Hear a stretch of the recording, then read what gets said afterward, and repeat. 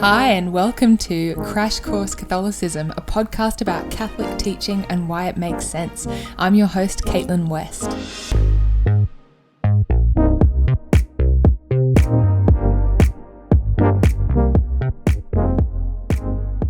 Hi friends, and welcome to our 6th episode in this deep dive into the social doctrine of the Catholic Church. So in our last episode, we talked about human rights. What are human rights? Where do they come from? And what is their relationship with our responsibilities? In this episode and the next one, we're going to go through a list of specific human rights and think about how each of these rights arises out of human nature and the dimensions of the human person that we talked about a couple of episodes ago. So in this episode, we're going to focus on the most fundamental human rights. So things like the right to life, the right to religious freedom, the right to pursue truth, to access basic medical care, education. And then in our next episode, we're going to look at some of the kind of social, political, economic rights that arise out of these most kind of fundamental basic rights and are made possible by them. So we're going to begin with the most fundamental right of all, which is, of course, the right to life. So we've talked in this deep dive about how the human person is made in the image of God, has an intellect and a will, and therefore has dignity. Now, because every human person has dignity, that means that every single human life is precious, it is sacred, it matters. We are not just something, we are someone. Every human is a person. And so the most fundamental way of respecting that dignity is by respecting each person's right to be alive, to exist. So the Catechism of the Catholic Church in point 2270 says human life must be respected and protected absolutely from the moment of conception. And then the Compendium of the Social Doctrine, point 155, says the right to life from conception to its natural end is the condition for the exercise of all the other rights. So this is our first and most fundamental right. Now, why do we talk about the human person having a right to life from conception until its natural end? Well, because being a human person with dignity isn't something that we accumulate or acquire over the course of our lives. It's not something that we earn or we can lose. If we exist as a human person, then we have this dignity. We have this right to life. So this means that the second you come into existence as a human person, a living human person, you have this right to life and you never lose it, no matter how old you get or how ill you become or for any other reason.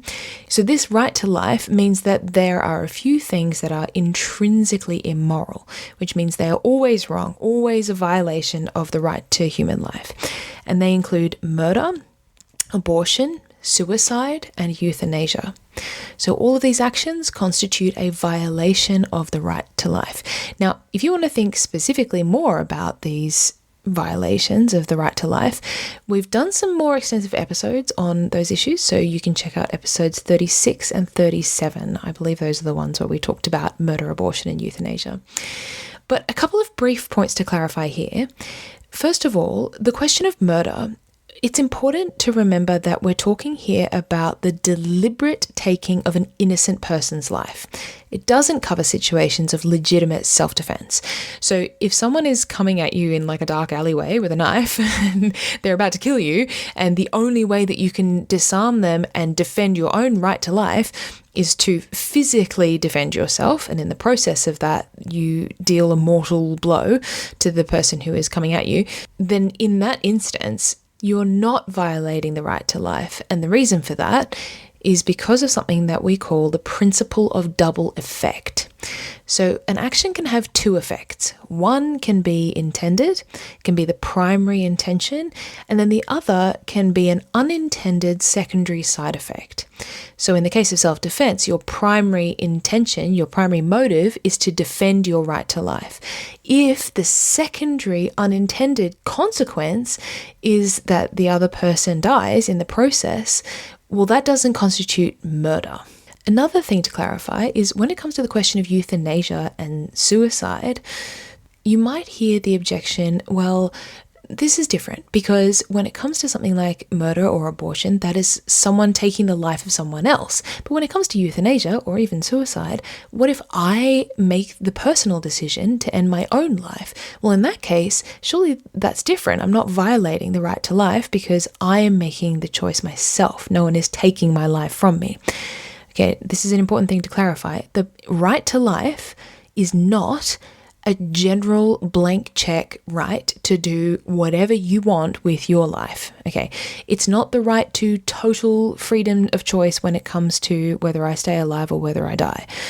Another, probably more succinct and elegant way to put it is to say that the right to life is not the same as a right to death.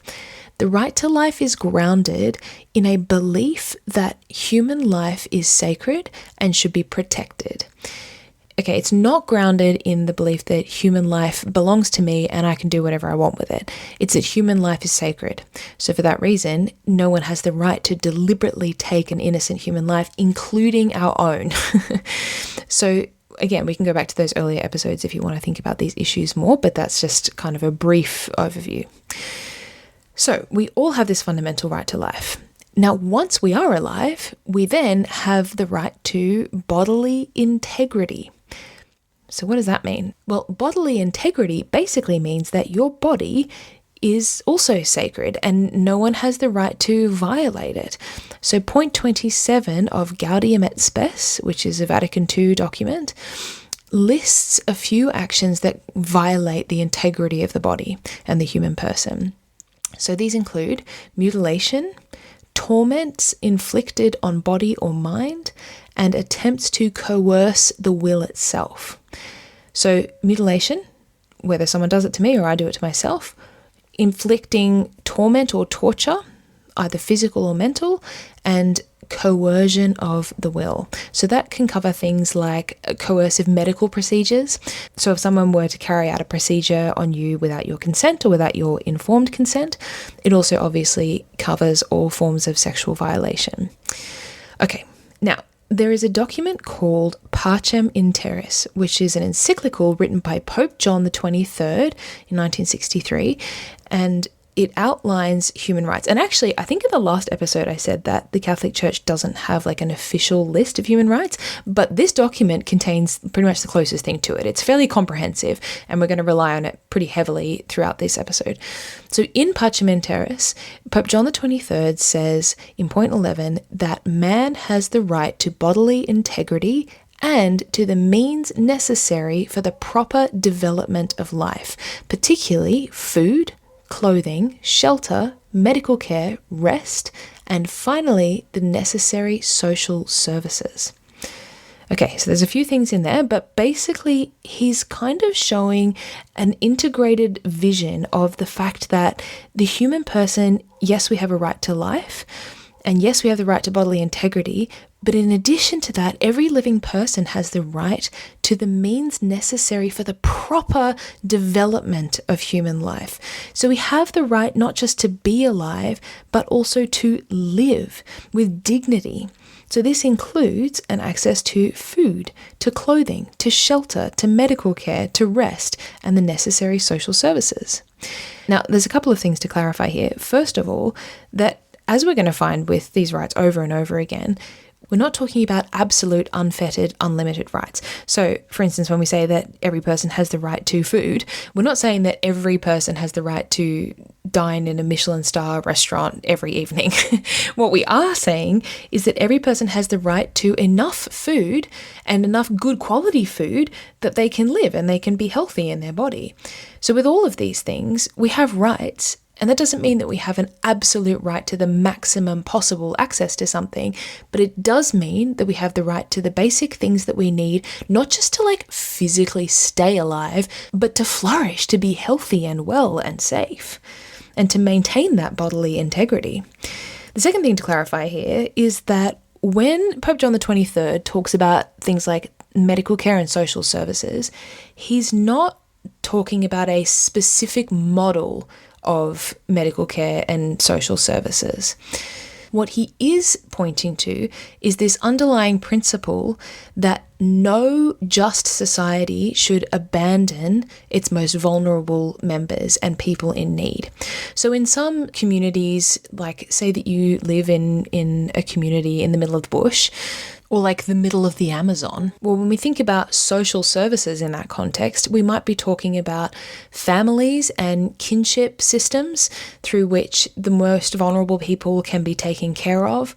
Whereas when we think about a modern kind of metropolitan society, that role of the community and the family might be supported and supplemented, not replaced, but supported by institutional structures such as hospitals and healthcare systems and social security systems and housing support, which can help to ensure that people are not left without those basic things that they need to live. Basically, the underlying principle for every community or society is that we cannot abandon the people who need our help. And this is something that John the 23rd goes on to talk about, that if someone becomes disabled or they're elderly or for whatever reason they are unable, through no fault of their own, to provide for themselves, then society has a responsibility to care for that person and try to help provide for them. And here, we're not saying that like everyone can just rest on their laurels and say, okay, I don't want to work and then society needs to provide for me. Obviously, that would be an extreme. But what we are saying is that if someone through no fault of their own cannot provide for themselves, then we have a responsibility to look out for them in the name of justice. Okay, so we have the right to life, the right to bodily integrity, the right to live, and then we also have the right to be treated with dignity. So if we have this human dignity, then every person has the right to be treated in accordance with that dignity. This is a passage from Gaudium et Spes. It says, whatever insults human dignity, such as subhuman living conditions, arbitrary imprisonment, deportation, slavery, prostitution, the selling of women and children, as well as disgraceful working conditions where men are treated as mere tools for profit rather than as free and responsible persons, all these things and others of their like are infamies indeed. So there are quite a few things listed in there, but basically what it's talking about is the fact that human beings can never be used as objects, as means to an end, or as disposable instruments of profit. So whenever a society reduces its members to tools or commodities or property, it is actively violating the fundamental dignity of those persons. Now, some of you might have been listening to that list and heard that it mentions deportation, which is kind of like a hot topic at the moment. So just put a pin in that, because that's going to come up when we talk about the right to migrate in the next episode. So we are going to cover that, but for now, I just want to focus on that basic principle that the human person should never be treated as a thing. They must always be treated as a person. Okay, now another aspect of this right to be treated with dignity is described in Pacem in Terris in point 12. John the 23rd says that man has a natural right to be respected. He has a right to his good name.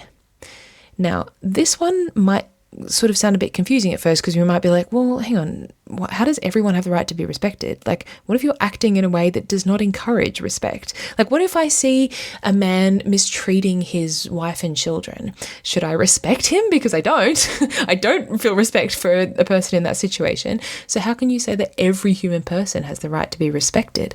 Okay, well, here it's important to clarify, we're not talking about an obligation to feel respect towards another person, to have the kind of sensation of respect. What we're talking about is the way that we treat other people. What John the 23rd is saying here is that no matter what a person does, we are required to treat them respectfully. We still need to treat them with like basic politeness and dignity. So that means that we don't use demeaning language or hurl like degrading and unnecessary insults at them. We can demand justice, we can speak strongly to people if we need to, but we should always do so respectfully. And this is, I think, a good one to bear in mind in the age of the internet. It's very easy online to get riled up about something and then to kind of default to just hurling insults at each other, or to kind of belittle or mock or try to humiliate the other person. Even if we are in the right in an argument, or even if another person is behaving despicably, they remain a human person with human dignity, and we can always demand justice or hold another person accountable while treating them in line with that human dignity and not defaulting to that disrespectful treatment. And then when he says that every person has the right to his good name, again, we might think, well, hang on, surely some people lose their right to their good name because they have behaved despicably. Well, again, this is something that needs to be qualified. What this right covers is two kind of specific violations. One is calumny, and the other one is detraction. So calumny refers to deliberately spreading untruths about another person. So spreading a rumor about someone that is going to damage their good name or their reputation that is not true.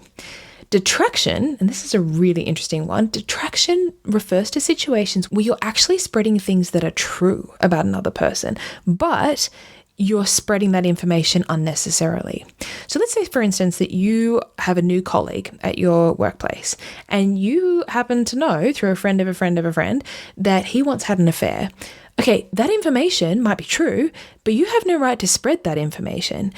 Now, compare a situation like that to a different situation where, say, your friend starts to date a guy and you find out that he's actually a serial killer who has escaped from prison. Okay, in that situation, you might need to share that information with your friend for the sake of her safety. So that's not a situation of detraction. So this right to a good name doesn't extend to situations where, for the sake of justice or the sake of the safety of others and the common good, certain information needs to be reported or shared. However, even in those situations where information does need to be reported or shared, we should still be very, very careful about who we share it with and the kind of conditions under which we share that information. That even if we do need to kind of report something, that doesn't mean that we start telling everyone about it. It means that we talk to the people that we need to. So in no situation should we be unnecessarily sharing information about another person, whether it is true or false, that is going to lead to the loss of their good name. Now, the reason for this is that obviously as Catholics, we believe that our ultimate destination is heaven, right? Every person should be trying to get to heaven. And you might encounter someone in your life who has done the wrong thing and who has apologized for doing the wrong thing and who is trying to make amends and who is making a sincere attempt to turn their life around. And if you were to spread information about that person and destroy their good name and cause them to be ostracized from a group or society, then you might be impeding their capacity to change their life and seek truth and seek God ultimately. As much as possible, we need to leave the way open for reparation and conversion. And one of the ways that we do that is by not unnecessarily destroying a person's good name. Okay, so not only do we have the right as human beings to be treated with dignity, we all have the right to be treated with equal dignity. So this is something that we covered a couple of episodes ago, the fact that every single person has equal dignity. No one is worth more than anyone else. So what that means is that you never have the right to unjustly discriminate against someone based on something like their gender, their race, their class, their age, etc. The way that we approach every single person that we encounter should acknowledge the fact that their life has just as much worth as anyone else's. Now, when we talk about treating everyone with equal dignity, we don't mean that we need to treat everyone exactly the same. And that becomes obvious when we think about specific examples. So for instance, let's say that you have a classroom where you have 30 students and they are all receiving an education. Now, some of the students in that class might require some more hands-on help because maybe they have learning difficulties or for whatever reason, they need some extra help. Other students might not need any extra help. They might be perfectly fine getting on with the work that's in front of them. And then still other students might be highly gifted, high achievers, and they actually need some extra work to do. They might need to be extended in their work. So we can see how in that classroom situation, every single child is going to have different needs and they're not all going to get the exact same thing. In fact, if you were to give everyone the exact same thing, that would be a kind of inequality, because the students who are struggling are not going to be able to do that work on their own. And the students who are high achieving, you're kind of holding them back in the name of quote unquote equality. So every student is going to have their own specific needs, but every child is being treated with equal dignity. In other words, they are all receiving what they need in order to flourish in that context. So we can take this as a kind of analogy and apply it to society in general. When we say that we need to treat people with equal dignity, we're not saying that everyone needs to access the exact same things. We are saying that every single person needs to be given the things that they need in order to live and flourish and develop themselves, and that no one should be deprived of those things that they need on the basis of their race, class, gender, age, etc. Now, we've talked in some of these previous episodes about how the human person, one of the things that makes us human is the fact that we have an intellect and we have free will. So there are a few basic rights that arise out of that reality. One of them is that every person has the right to use their intellect and will in order to search for truth. So this is from Parchamenteris, point 12. Man has a right to freedom in investigating the truth, and within the limits of the moral order and the common good, to freedom of speech and publication, and the freedom to pursue whatever profession they choose. He has the right also to be accurately informed about public events. So we have the right to seek information, true information, and to share our opinions publicly. Having said that, once again, this is not an absolute right. So John the 23rd says that this freedom of speech and publication occurs within the limits of the moral order and the common good. If we were to use our freedom of speech in order to encourage or engage in acts that violate the moral good and the common good, so for example, if we were going to use our freedom of speech to incite violence or to deliberately spread false information or to share or publicize material that encourages immoral behaviors, well, in those moments, we're actually violating the moral law rather than exercising our legitimate freedom of speech. And note the way that John the 23rd frames this whole pursuit of truth and freedom of speech and publication. It's all framed within the bounds of an investigation into the truth. And that's a really significant framing. That freedom to seek truth and to speak and to think is ordered towards something. Okay, it's not an arbitrary freedom. It has a purpose. We have this freedom to seek truth in order to seek truth, capital T truth. So we are free to seek and to question and to publish because those activities serve that human fundamental orientation towards truth. So the moment that speech becomes an instrument of deception or of moral corruption, then it has stepped outside of the boundaries of what this right is meant to protect. Now, when we talk about the freedom to seek the truth, we also need to remember another of the dimensions of the human person, which is our capacity to access the transcendent and the spiritual. So when we say that the human person has the right to seek truth, we're not just talking about human truths or facts about, the things of this world. We are also, and even more importantly, talking about spiritual truths, the truths about God and eternal life. So every person has the right to seek answers to spiritual questions that go beyond the material realities of this world. So there is a Vatican II document called Dignitatis Humanae, which is a declaration on religious freedom. And it's highly worth reading the whole thing, but I just want to pull out one or two quotes from that. So it says, all men should be at once impelled by nature and also bound by a moral obligation to seek the truth, especially religious truth. So in other words, we have the right as well as the obligation to seek the truth about God. And then he goes on, he says, they are also bound to adhere to the truth once it is known and to order their whole lives in accord with the demands of truth. So what he's saying here is that we don't just have the right to seek truth, we then have the natural right that flows from that seeking, which is to live out the truth that we have discovered, to apply that truth to our lives. So that means that we all have the right to practice a religion. And this, by the way, does not just apply to the Christian faith. Freedom of religion is not just freedom to practice Christianity. It is freedom of religion. It applies to all religions. Every person has the right to live according to their religious beliefs.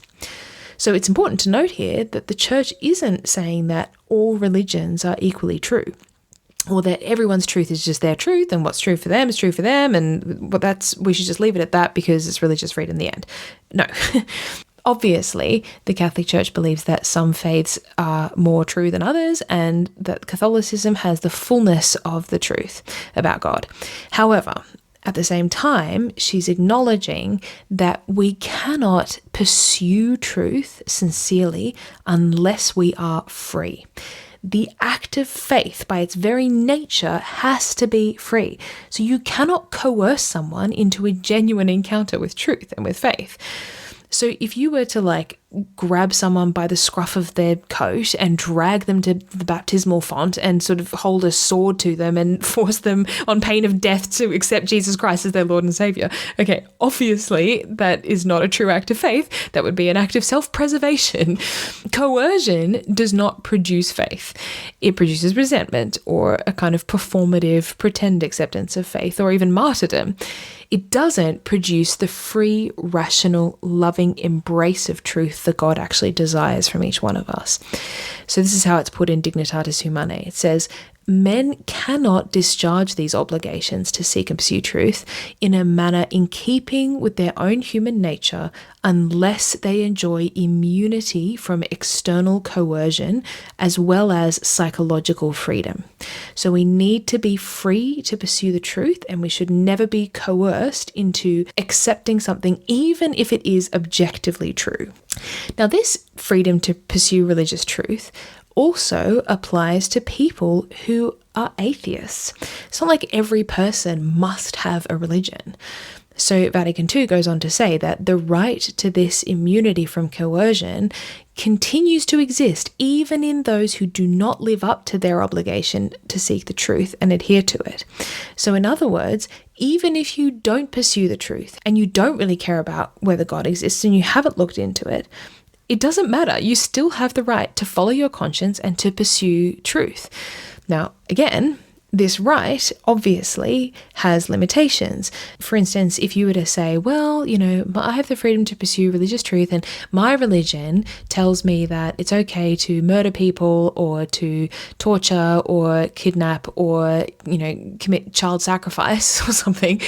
Okay, obviously that freedom to pursue truth occurs within the same kind of moral limitations of the common good, the protection of public order, morality, and the rights of others. Now, if we have this freedom of religion, that means that we have freedom not just to go to church and to pray, but it also extends into how we live our everyday lives in general, because religious faith isn't just something that is restricted to the four walls of a church. It encompasses the whole person. So this is something that Vatican II says, that we all have the right to order our whole lives in accordance with the demands of truth. So what does that mean? Well, it means that we have this other right that is kind of adjacent to the right of religious freedom, and that is the right to freedom of conscience. Dignitatis Humanae goes on to say, no one is to be forced to act in a manner contrary to his own beliefs, whether privately or publicly, whether alone or in association with others, within due limits. So again, within that kind of the bounds of the common good, public order, morality, no one should be forced to act in a manner contrary to their own beliefs.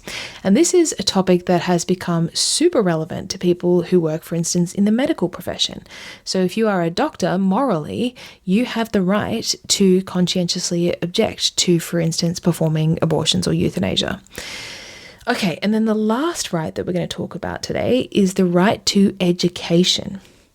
So this is point 13 from Pacem in Terris. It says, man has the natural right to share in the benefits of culture and hence to receive a good general education and a technical or professional training consistent with the degree of educational development in his own country.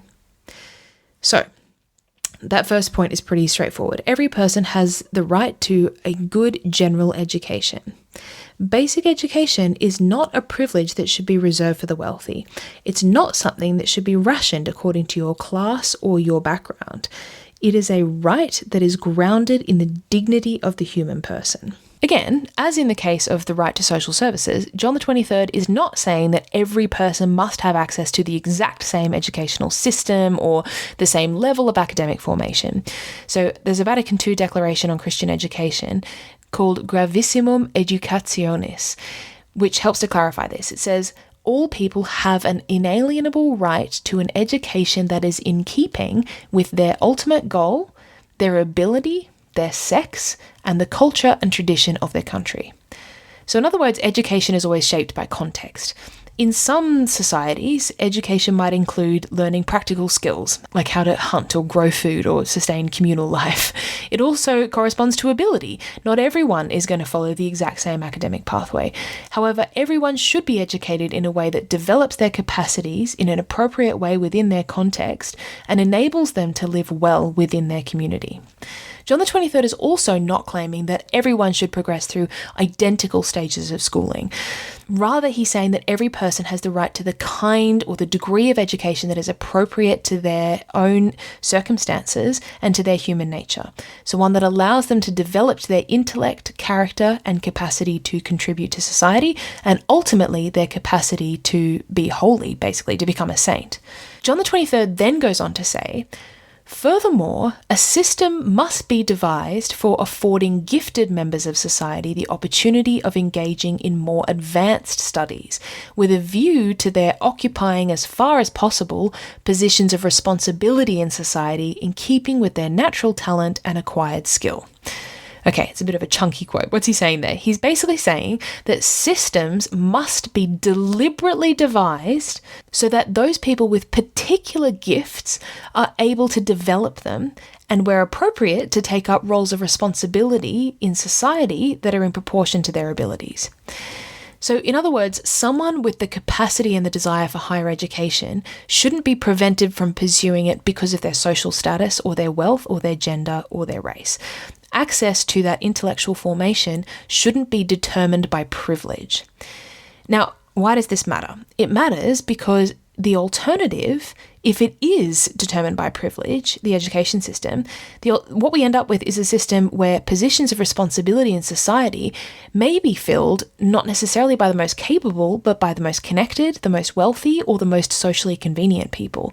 And that is not only unjust, it's also imprudent, because societies will suffer when talent is wasted and less capable people are placed in roles simply because the pathways were never open to the right people.